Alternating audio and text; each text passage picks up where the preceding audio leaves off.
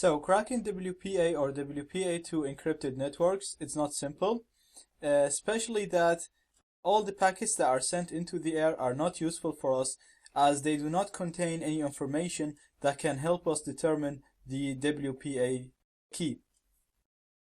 Before we get into cracking WPA and WPA2, there is a feature called WPS. It allows users and clients to connect to the network by a push of a button. So on Windows 8, and if you look on some Wi-Fi printers, they have a WPS button. So if you press that WPS button and you go to your router and press the WPS button there as well, or go to the configuration page and press the WPS button, the client, the printer or your Windows device will connect to the network without having to enter the key.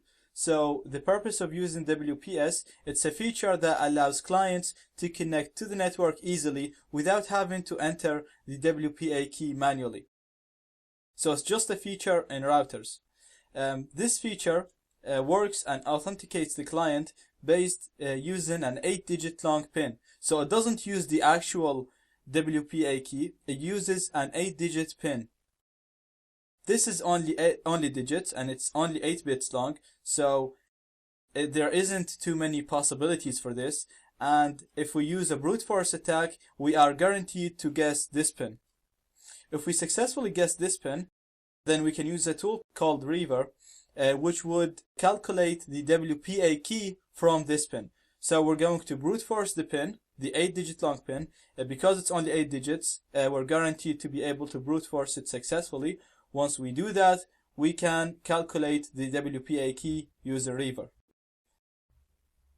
Again, this is only a feature in routers. This flaw is not in WPA or WPA2 encryption. The problem is in the WPS feature. So let's see how we do this first. To look for access points that have WPS enabled, we're going to use a tool called Wash. So I'm just going to put Wash I10. So we have our test AP showing up here. That's the AP that we're going to use to crack. So this is actually running on WPA now. It's not using WEP as we saw in the previous videos. I can confirm that for you here. I'm just going to use arrow dump. This step is not important. I'm just going to use it to show you that test AP is actually using WPA encryption. It's not WEP. So as you can see here, test is using WPA encryption. Let's just go back. So these are the access points that have WPS enabled, that have the WPS feature enabled. We can see the channel, the RSSI, which is the distance between us and the access point, the WPS version, and this WPS locked. Now, some routers, when you try to brute force the WPS pin, they lock after a few failed attempts. So if you try, for example, 4 wrong pins, they're gonna lock and not accept any pins for a certain amount of time.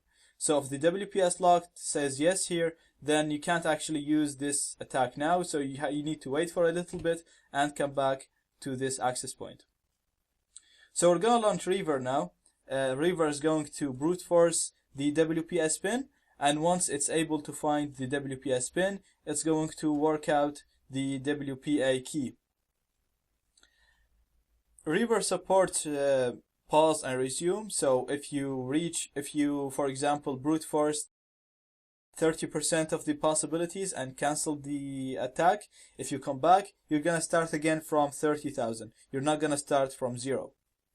So let's launch Reaver. We're gonna put B to choose the BSS ID or the MAC address of the target access point,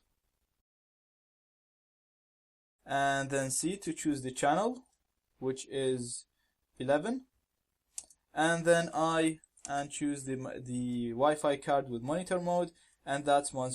So very simple. Reaver, access point, BSS ID, channel, and then the Wi-Fi card with monitor mode.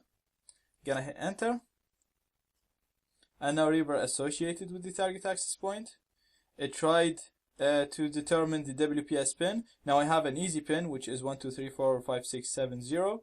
And from that, it was able to calculate my WPA key. So that's the WPA key, UAU RWS XR.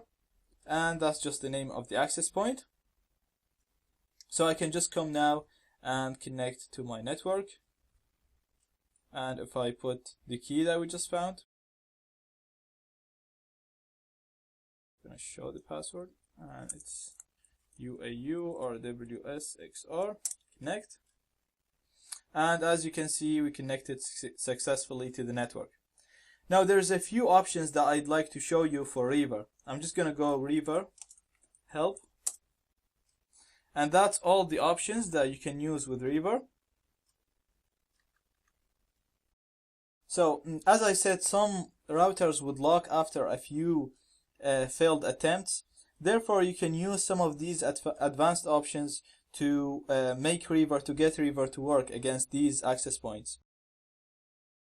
For example, you can use the delay option and specify the amount of time in seconds that Reaver should wait between each brute force attempt or each pin attempt. You can also use the lock delay to tell Reaver to wait, for example, 60 seconds after if the access points gets locked, then wait for 60 seconds and then continue your brute force attempt. You can use the fail wait as well to set the time that Reaver should wait after 10 failed attempts. You can use the OR option to tell Reaver to sleep after a certain amount, to sleep for a certain amount of seconds after a certain number of tries. You can set up the timeout. You can play with these options, the delay options, and the timeout, the fail wait, and all that if the access point was locking or was ignoring some of your brute force attempts.